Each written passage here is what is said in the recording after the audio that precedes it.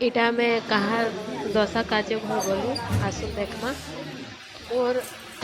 नानी घर है मोर बड़ नानी निजर नानी जे कि बरपाली नु बिसीपाली मात्र 5 किलोमीटर से बिहा हो तो मुई रायगढ़ नु एकला जाइली कारण तार बापार छुट्टी राज्य आउ दशा कार्यटा एतकी जरूरी है कि आपन ना गले ना चले मैंने बिहा पाल के अटेंड पछे करि पारबे कि दशा कार्यटा जनता करी हो जीवाले पड़बा तो सब जाति बंधु माने गोड़ धुछ मुई भी इटा दादा जे कि मोर जीजुआन ताकर बड़ दादा इटा बड़ दादा बहु गंगा जाइए तो ताकर गोड़ीटा धोबार के मुई भी जाऊे बड़ नानी गोड़ धोइले मोर मझिया नानी तारपर मुई गोड़ धोइली मोर मझिया नानी इटा गोड़ धोछ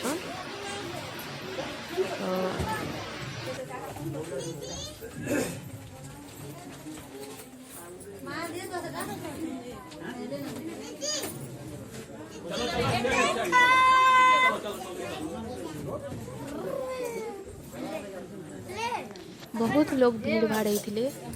1500 रु 1700 लोग होते कम से कम बापा जेन थे मोर नानी रो ससुर जेन थे बहुत बढ़िया मनुष्य थे आउ ताकर लगे बोली करी माने लोग जिते असुविधा थे भी तांकर दशा कार्य को अटेंड करिछन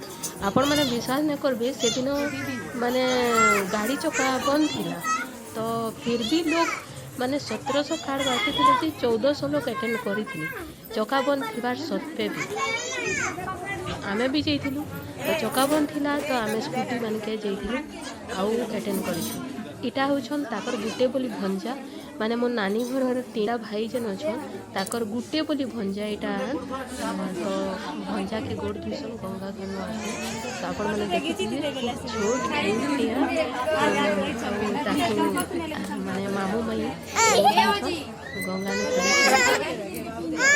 बहुत बढ़िया माने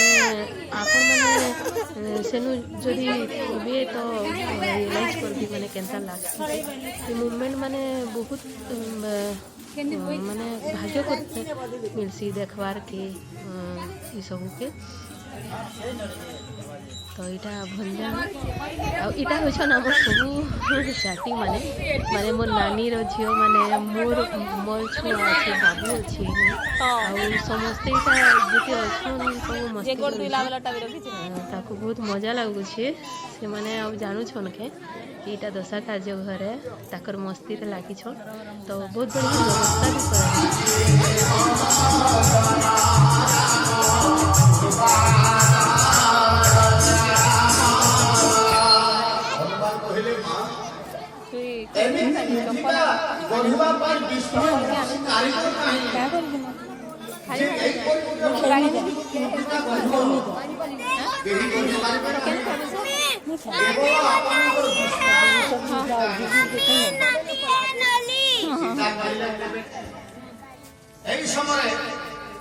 हनुमंत सीतांकर भीतर जो कष्ट था जो ग्लानि था जो दुख था रामंकर मूर्तिका देवा द्वारा सीता जान ले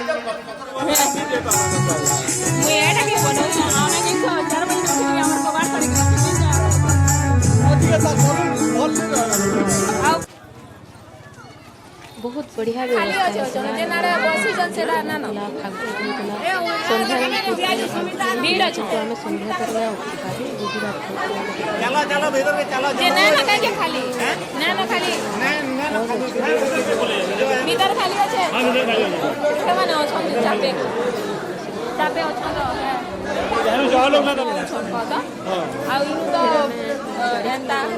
गंगा पूजी आमटा कले एबे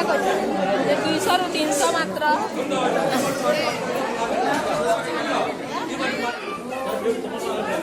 इटा